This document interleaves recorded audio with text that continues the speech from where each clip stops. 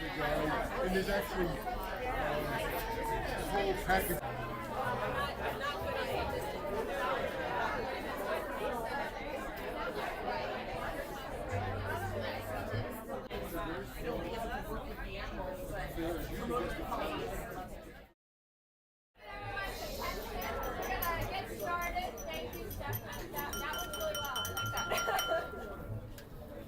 Good evening. My name is Barbara York. I am very happy to be here tonight to moderate what I hope is going to be a really fun and inspiring discussion and sharing of ideas around finding your dreams through travel.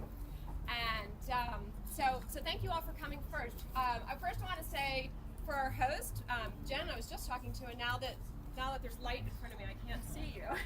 Over here. Jen from La Code. We have Dave from Dave's Travel Corner, who's over here, and Lisa and George from We Said Go Travel. So thank you for being our hosts tonight. I also want to thank our sponsors. We'll get our thank yous out of the way.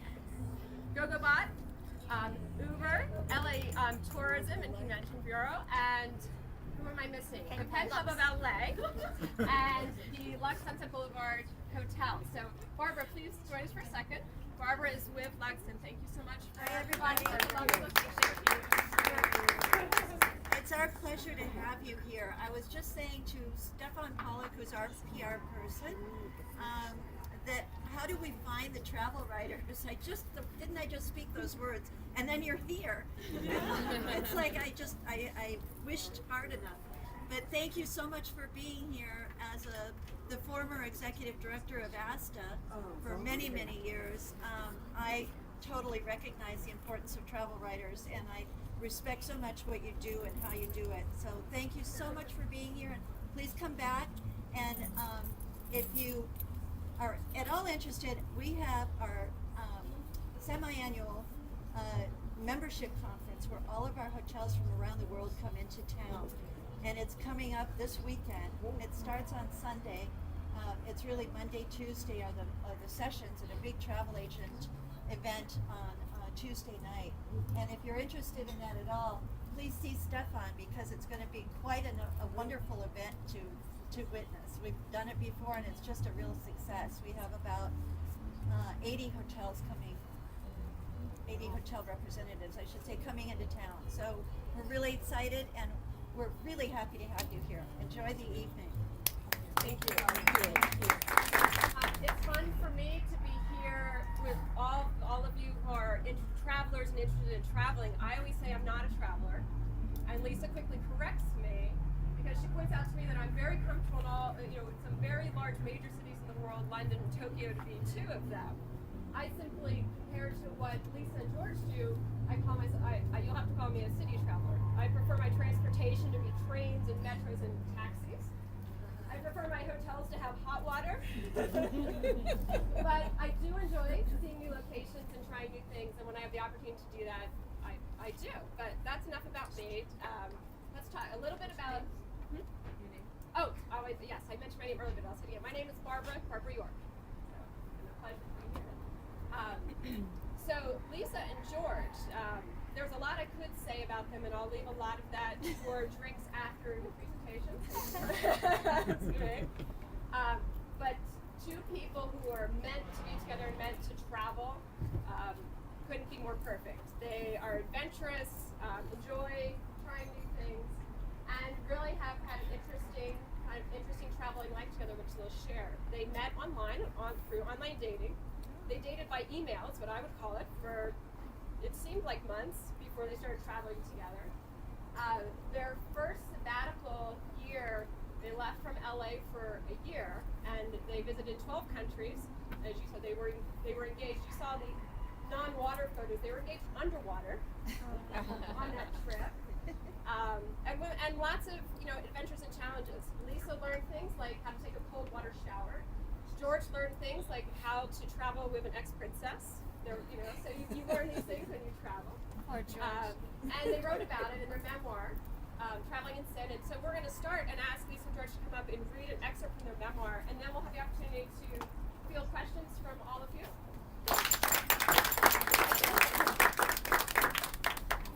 So I didn't realize until tonight this is the first time we read an was in Nepal, and last month or early this month we read an excerpt in Hawaii. But I realized when I was looking at it that I actually wrote in this section about Barb. So I have the whole family. What are you doing? Oh, thank you. Sure.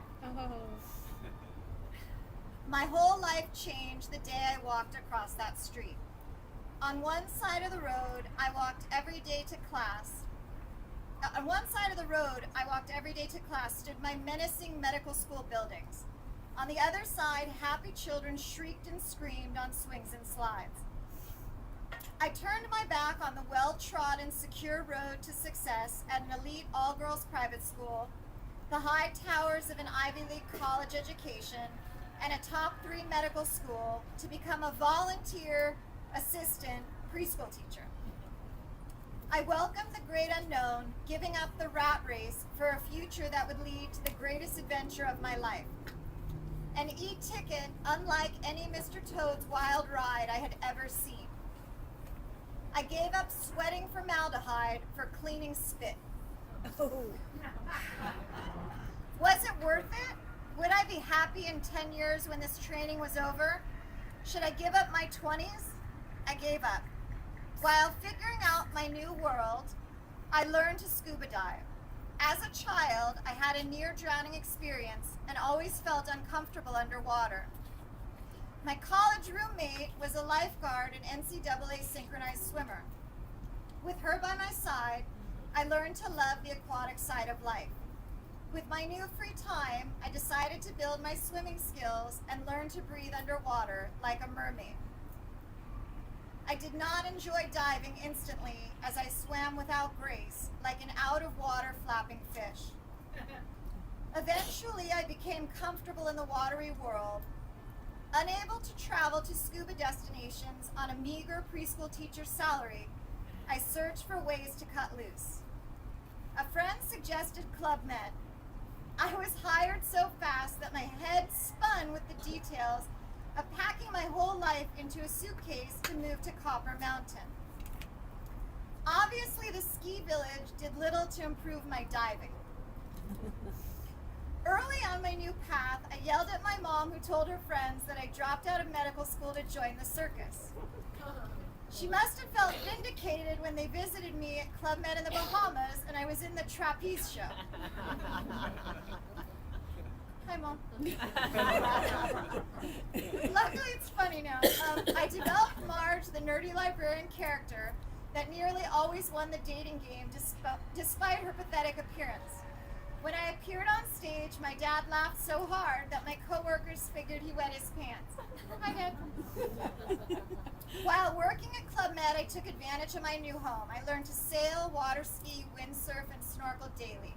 I was creating a whole new me, one who not only read books, but also engaged in outdoor activities. While on vacation at another village, I met cruise ship employees and learned I could double my salary and travel the world. Sound like heaven. I made a few calls and attained an interview for the Love Boat. I grew up watching the show, and now it was going to be part of my real life. I worked for 3 different cruise lines on 6 continents. During my time off, I became a PADI dive master. 2 weeks after the attacks on the Twin Towers on September 11th, my cruise line went bankrupt. After all the excitement and travel over 7 years, my job at sea ended and I returned to my parents' home to figure out what to do next. I felt depressed and imagined that my days journeying the world were over. Looking back, I realized that this period was just the beginning of my next life chapter. Along my journey, I had dates with 5 guys named Steve, sued It's Just Lunch, and almost appeared on the TV show Judge Judy. It's all true. It's true. I survived many first dates with frogs, but never found a prince. Finally, this Love Boat gal met a Paraguayan Peace Corps volunteer, and that's where this story truly begins. It's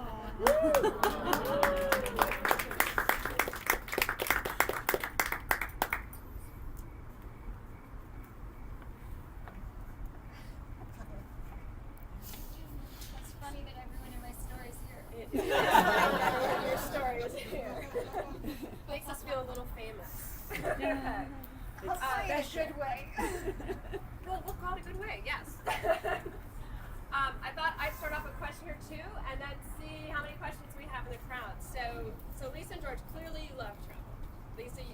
know you visited, I can't count how many countries just on Princess Cruise Lines, but I know you always signed up for the ships that went Somewhere else. far away and somewhere else.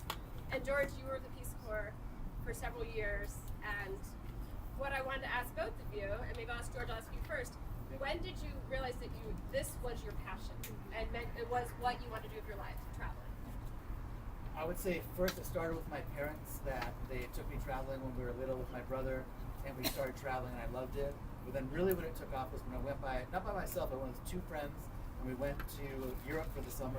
That was the first time I got on my own, and we really were able to explore, and I loved it so much that literally since I was 17, I've been traveling, not nonstop because we have to work, and but I did travel. I mean, almost the whole time, and that's where it started. And Lisa went, I can probably answer this question, but I'll ask you to answer it for the sake of the crowd. I'd say one of my earliest memories of big travel was a family trip to the Mediterranean and seeing the pyramids and just realizing that history wasn't just in books, that there was so much more to be discovered. So I'll ask a question that from the video, maybe people want to know. Clearly on your first trip, probably the most memorable moment was getting engaged underwater. Or it was memorable for me when I got an email. So memorable for you. You recently have arrived in LA. You've been here 10 days. From a 15-month trip through Asia again, what were the one or two highlights that were most memorable of this trip? Well, earlier, my initial answer, someone earlier asked me that same question, and my answer was, recently we swam with whale sharks off the Philippines in a small village, but it was set up in such a way that you didn't have to chase them. They were literally going back and forth, and you're supposed to maintain 4 meters from fish that are about the size of small school buses, and that was the rule, or you get fined. But the whale sharks don't know that rule, and so literally you have 4 or 5 of them going around you, you're trying to avoid one, and there's one behind you. That was amazing, just being in the sea with with fish that are that big. It was amazing. So that was one of the more recent ones that I saw. They're as big as a school bus. So there were 5 of them. I would say one of the most memorable things for me was trekking in Nepal, because George wanted to trek in Nepal on our first sabbatical, and I kind of convinced him that we shouldn't go because I was afraid I couldn't do it. And this trip we did go, and we did 2 different 8-day treks on our own independently. We didn't have any Sherpas or guides, or we had a few special moments in the snow, and it was really great. I did it. So it was. I felt very much a sense of accomplishment to do something that I didn't imagine I ever could have done. So George believed in me. And you'll share some special moments later at the bar, perhaps. Other questions from our audience here, because I have a list, but we don't need to go by the list. Yes? How did you balance like work and life with travel? Do you mean in the last 15 minutes on the road, or in between the 2 sabbaticals? Did everyone hear the question? So the question was, how did you balance work and life and the travel? Like even being able to take a sabbatical, Which is a great question, and it was a question I had. Like, so how do you actually get to take a sabbatical? Lisa and George first went 12 months. Their second year-long sabbatical became 15 months. So We're not good at math.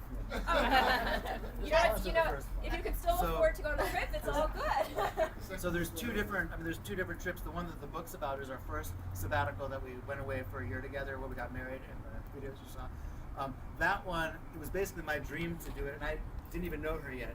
So I had saved up money over time, and I was going to go. And then I met her, and we went on a trip to Fiji together. And at that point, I realized we got along really well, and I asked her if she would like to go with me. And she first said yes, and then had a whole list of reasons why it would never work out. And so eventually, I convinced her that we could make it work. And, you start to look at everything that you think that the reasons you can't do it, and one by one, I just said, well, why don't we just do this? And so we worked it out. And then she also had a summer camp, a science summer camp, that was so successful that within about a 6 to 2 month period, she made a lot of money, and so that helped contribute to the trip. So we put all that together, what I saved and what she made during her science camp, and that's what made it feasible. And then we rented out the condominium. We lived in 2 different places before we left. So I moved out of my apartment, we sold half of our stuff. We moved in together briefly, and then we rented it out to someone who rented it for the year, and then we left. That was it. There's more details than that, but in an abbreviated one. So great question, and I'll ask a follow-up. When you're traveling, what's your budget per day? Generally, together we spend about $50 a day. Sometimes we spend less. In Nepal was, accommodation and food was less. Like Barb said, we definitely took cold showers. And when we were in the more recent part of the trip coming home, we were hosted at several very fine hotels, and I was like, they have towels. Everyone was like, that's not supposed to be so exciting. Soft towels. They were like, don't you like the view? I'm like, yes, it's a really nice view, but they have towels.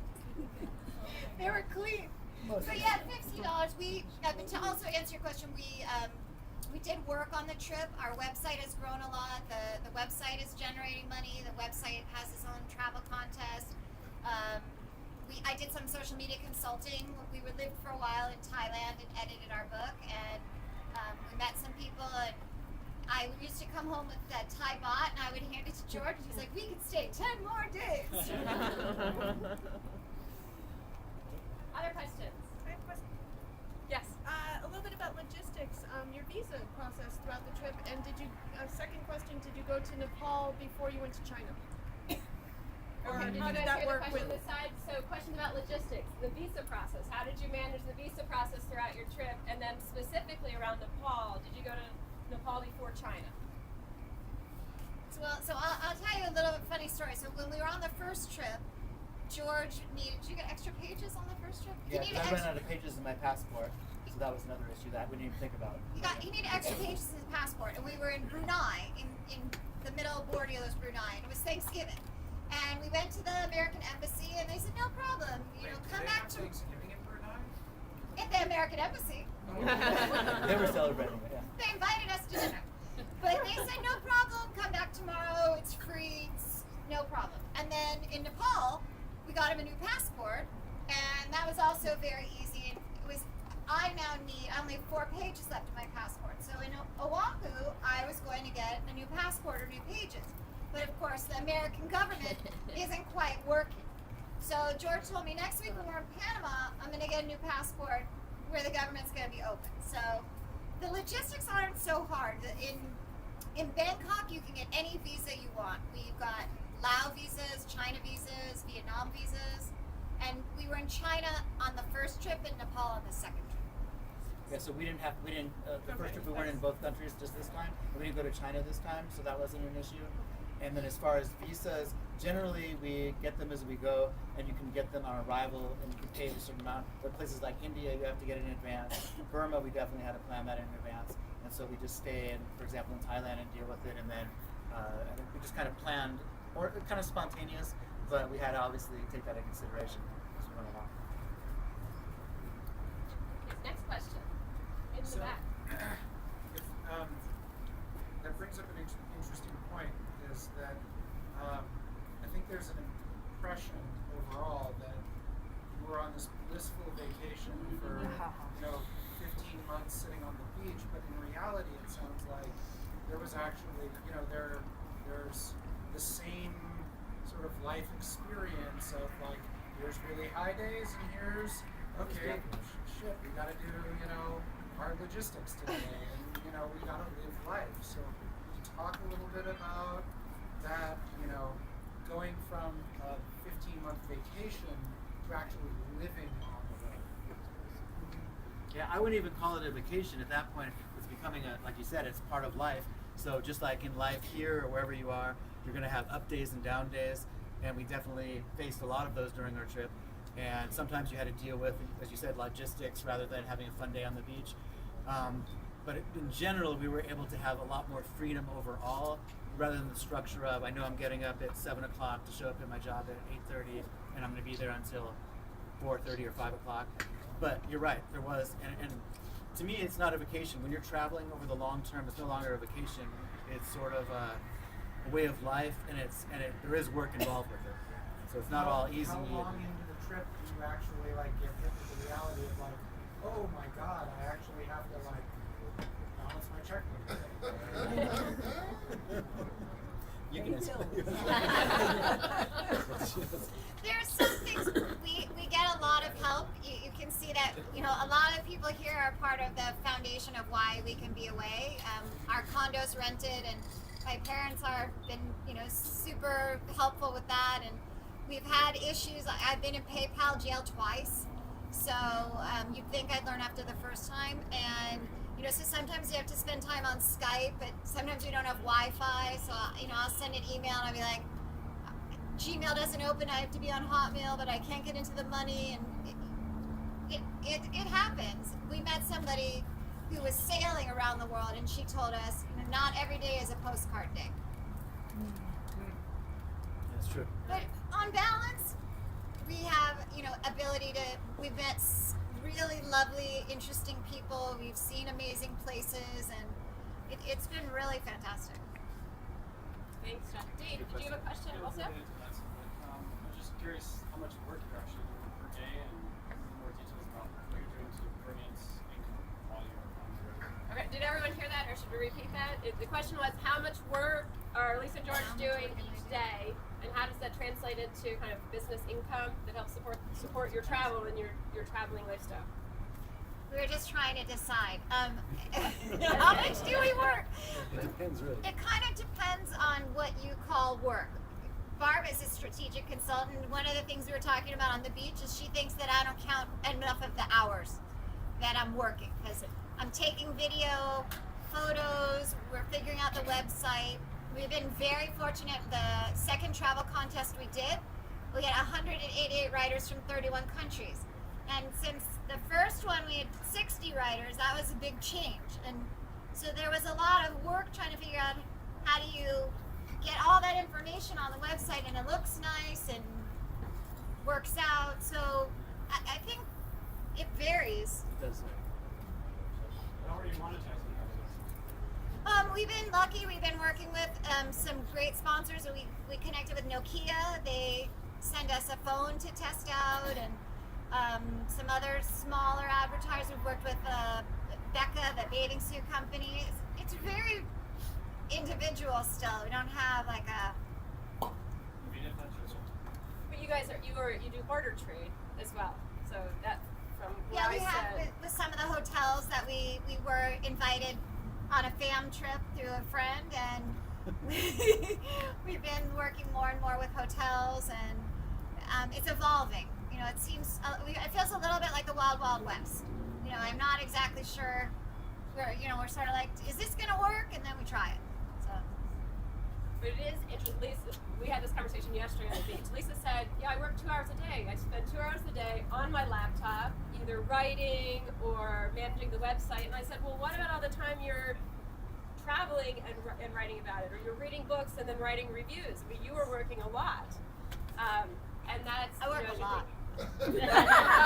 But what's impressive to me is that they've been able to marry their passion around traveling and then make it something that supports their passion, so it comes full circle, and that's exciting because you're showing that it can work.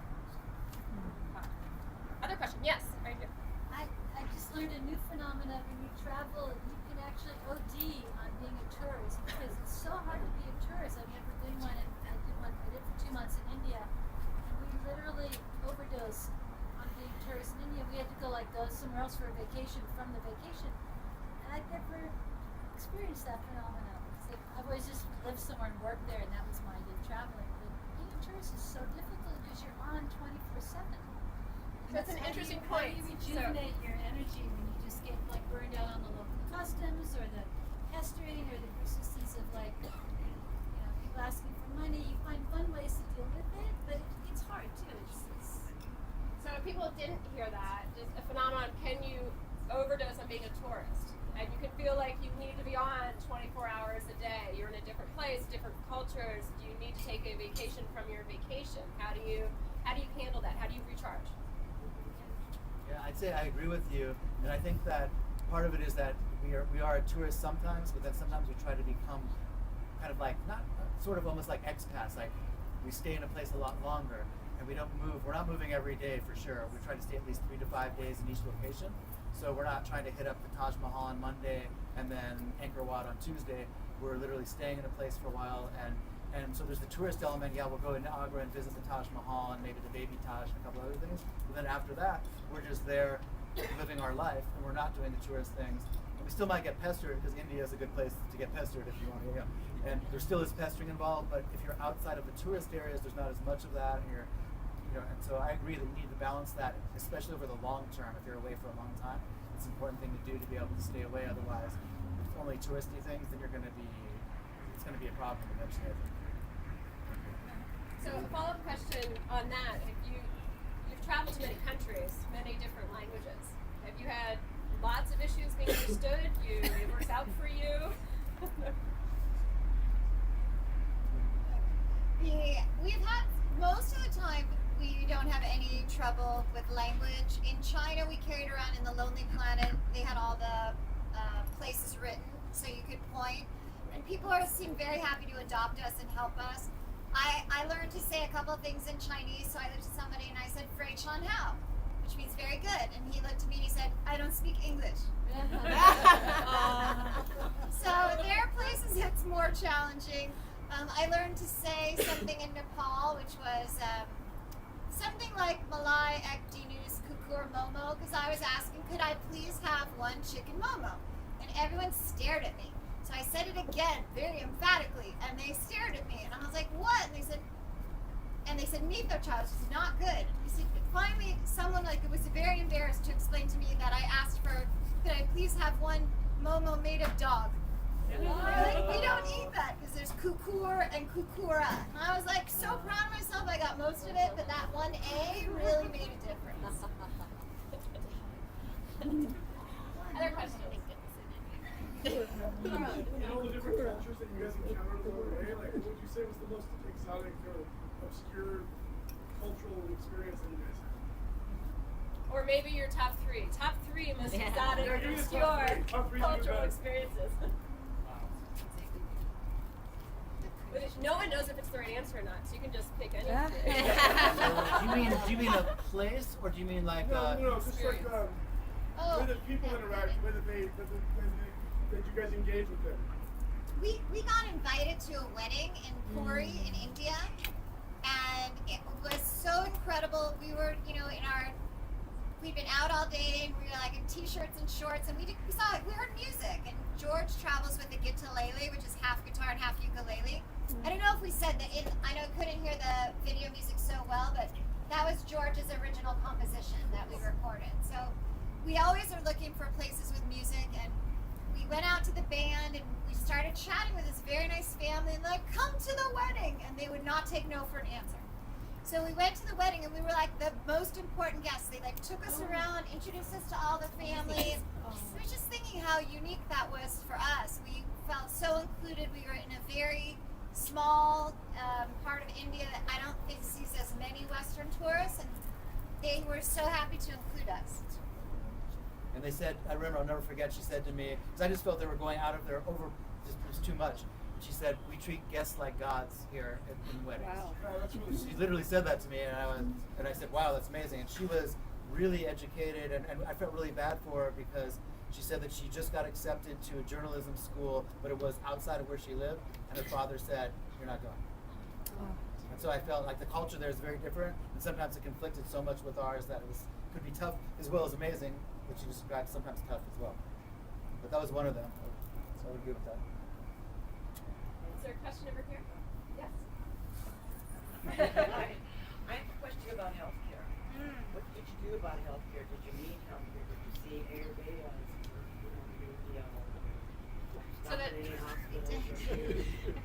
So the question was, what about healthcare? Did you need healthcare? What did you do about that? Any interesting Consider healthcare? healthcare in Thailand.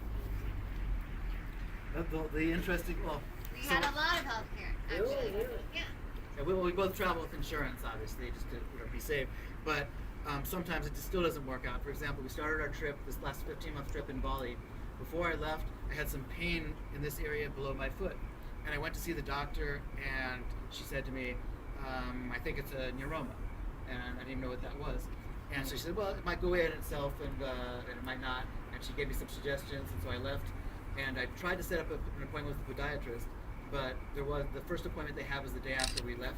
So I left hoping it would just go away. I mean, she said it was a possibility. A month into my trip in Bali, it was still hurting me, so I had to deal with it. There was no podiatrist in Bali. There is not. Doesn't exist. And so that became an issue, and I ended up seeing an orthopedic surgeon and had to have it dealt with. And No one ever suggested you go to Malaysia, which is so close.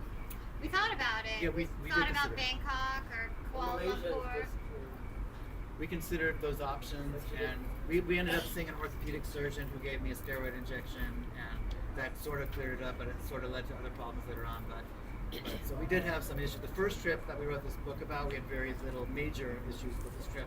A couple of them. I guess we're getting a little bit older. We did. We went in George. We went to the doctor in Burma, and the doctor was super nice. And but there's clinics everywhere. Pharmacists in Asia know the answers to everything. Almost everything in Asia is over the counter. So in some ways it was very cheap and very fast. On the first trip I was sick in Indonesia and I didn't listen to George, but when he finally made me take antibiotics, it was very easy. So, definitely when you're gone a long time you get sick. We were strict vegetarians in India and we never got sick from the food. But we had other random issues. But overall, I would go back and get care. It was fine. Okay, question here. Did you ever have any, legal encounters, hiccups, anything like that, because of faux pas or just not knowing local laws or customs and doing something that seemed normal, but yet it maybe wasn't over there? Okay, the question is, were there any legal encounters and not knowing the local rules, customs, boundaries? And I turned at the end of that. I'm sorry. Did you hear me? Luckily, no, but we did. We have a friend that does business in Indonesia and has been working there for more than 20 years. And he was very cautious about, he did drive a car, but he told us, if you ever get in an accident, it's your fault, because if you weren't there, it wouldn't have happened. So we heard from other people, but we did not, luckily, have that as part of our adventures. Hallie. What was your favorite place? Wow. Thank you for being loud. For giving. What's your Asking favorite the obvious place? question, no problem. Yes, it's a great question. I think it depends what you're looking for. I think, are you talking about a place that is a great place? Because some places are great. George, What? what was your favorite place? Okay. So, Other than singing guitar and playing Singing guitar with you with me in and Bali. Ahmed. Yes. I know that was like that was a That was a highlight. that was it. You got it. That was the highlight. Playing guitar with her and Other Ahmed in That is one of Northeast the best Bali. places in Bali. Yeah, Northeast totally Bali, agree. Lipa Beach is amazing. Beautiful snorkeling. It's a really nice fishing village. I loved it there. So that's one of them. But I was going to say to you, is it a place that you want to live or a place that you want to visit? Some places are great to visit a few days, but to stay a month or two. George, I don't care. What was your personal favorite? I just told you, I said playing with you in Lipa Beach in Northeast Bali. Too Okay, bad you Lisa, didn't what bring was the your kids to favorite? Lele. What was your favorite place, Lisa? One of the best things that my favorite place was we went scuba diving in Palau at the Blue Corner, and they have a special thing they only use in Palau. They put a hook on your BCD and a hook in a dead part of the coral, and you literally fly like a kite in the current. You just hang out in the current as the sharks and the rays go by. It's like a very strange aquarium experience. You're like, hi, there's the fish. And my dive buddy, who I don't think is here tonight, she's gonna come, Terry. She told me it's the first time she ever had a dive buddy who dances underwater. It's like, I'm so excited. It was your Finding Nemo, Australian sea current experience, right? What was, Great, thank you. what was the one thing that you did that you can live a full and complete life never doing again? Oh, what an interesting question. We traveled on the public bus in India during our 3 months there. Yes. And when we got to hour 130, I stopped counting. But there was still like another month of India. So I would say traveling for months on the public bus in India might be done. It felt hardcore. And I'm going to go with the bus. We went to our second trek in Nepal was to Langtang, and it was a bus journey. It was only 110 kilometers, which is not that far. It took about 11 or 12 hours to get up there. And because it's a winding road that winds up, and literally the cliffs, like literally, it's not very narrow, and the drop-offs are thousands of meters, and you're just looking down, just thinking it's just, if there's a crash, there's no surviving that. You're not. So that one I think I'm done with as well. I think as far as going back there, that was. Yeah, let's do one or two more questions, and then there'll be an opportunity to talk to all of your hosts as we continue tonight. There was a question here in this corner. Yeah, I was going to ask, I know you mentioned Lonely Planet, but what are other resources that you guys use for planning your trip and sort of knowing where to go? Okay, the question, they mentioned Lonely Planet. What other resources do they like to use as they're planning their trip from location to location? Okay. As far as for me, I used to always use Lonely Planet, and now, as you know, the world's changed and it's becoming a lot less significant. So we use a lot of other resources. But number one, I'd go with word of mouth for sure. And after that, there's so many resources out there. I mean, but as far as, it depends on what you're looking at. Accommodation, we're using a lot of places like Booking. Even we started using Priceline when we got more closer to the United States. But we're using Lonely Planet less and less is what I wanted to say. A lot of different options out there. The best resource we found is usually someone coming from the other direction. Like when we were going from China to Mongolia, we're like, there has to be a way that local people travel besides this $300 train that's also sold out. And so we found a guy sat next to us at breakfast in the hostel, and he had come from Mongolia to China. We were going China to Mongolia, so he was like sat and wrote down, you take this night bus to Air Leon, and then you do this. It took a little bit longer, but it was so cheap, and we met a lot of interesting people. So definitely other travelers, and now a lot of people email us and say, I'm coming to Thailand, where should I stay? And so soon we're going to have a new section on our website that's going to help maybe share some more of that information. We thought it was going to be by tonight, but There's a question over here. Yeah, to jump off that last question, you didn't use like Wiki Travel or couch surfing, which is pretty popular. we've couch surfed a couple times, but we haven't. And I have used couch surfing for information. We don't always have the best Wi-Fi. I don't know. Sometimes you pay $10 for your room. It doesn't come with great Wi-Fi. I can't figure that out. But a lot of times we just show up places and we just go where we just find a place and then we eat where we want to eat and play it by ear. So it really depends. But you're right. There are lots of resources. Like we couch surfed in Guam. That was pretty interesting. That was the first time we stayed with someone was in Guam, and that was only 2 weeks ago. And we got really lucky because we had our own private room and bathroom, and it was an ocean view condo. Wow. So we think couch surfing is great, based on that experience. There was a question over here, and then I'll come back to you over here. So I'm wondering, I can't imagine packing for a year. What did you physically carry? Can you just give us a little glimpse into what you found, and were you able to get what you needed on the road? I mean, did you just surrender and just say, this will have to do?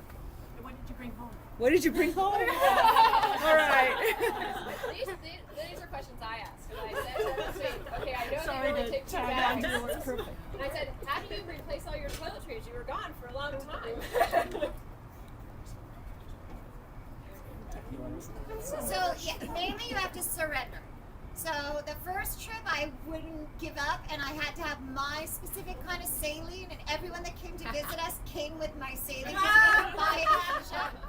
And so for this trip, George was like, that's not happening. So I changed salines and I survived. And so some of the stuff you gotta just say, like, they have toothpaste everywhere and they have shampoo everywhere. They don't necessarily have what you want. And definitely, my hair color evolved. And, when you go to a country and everyone has the same color of hair and it's not yours.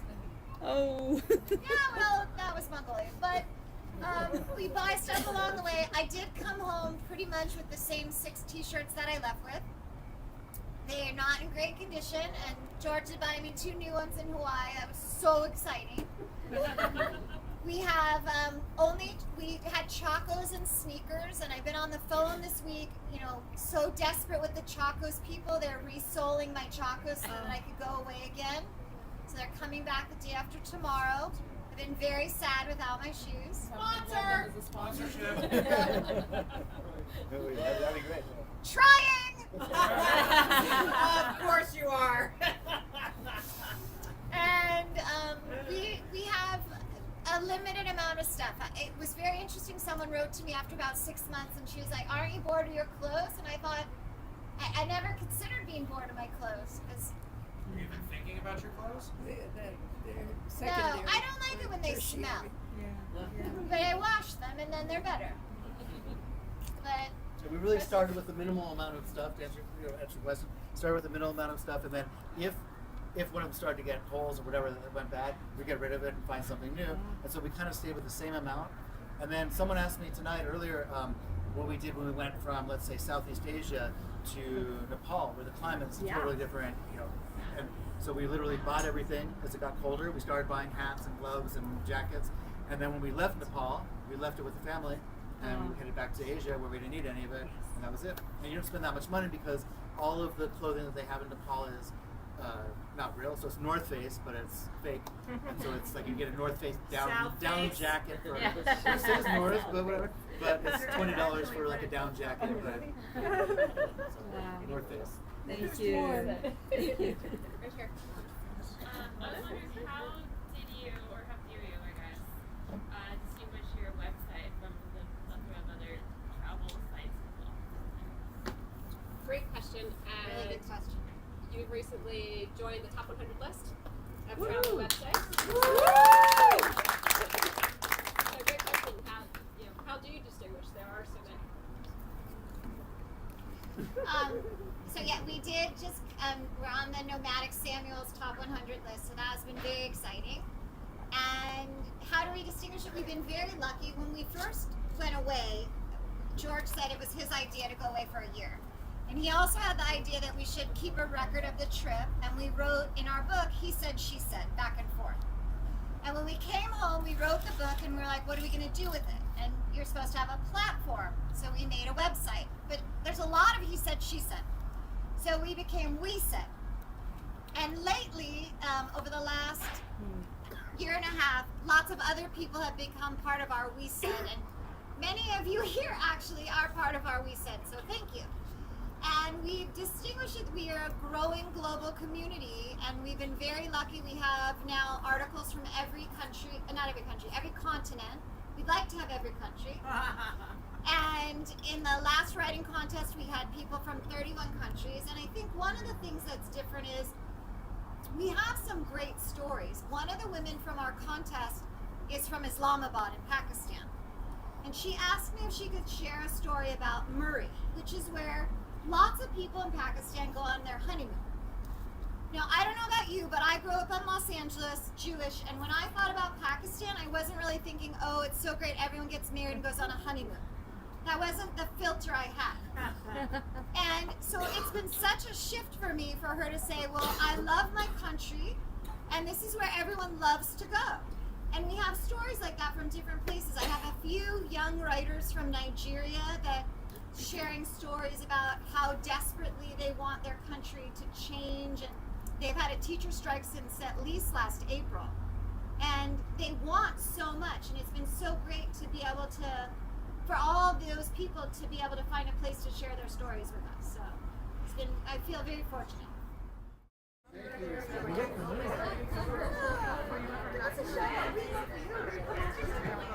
I actually do write about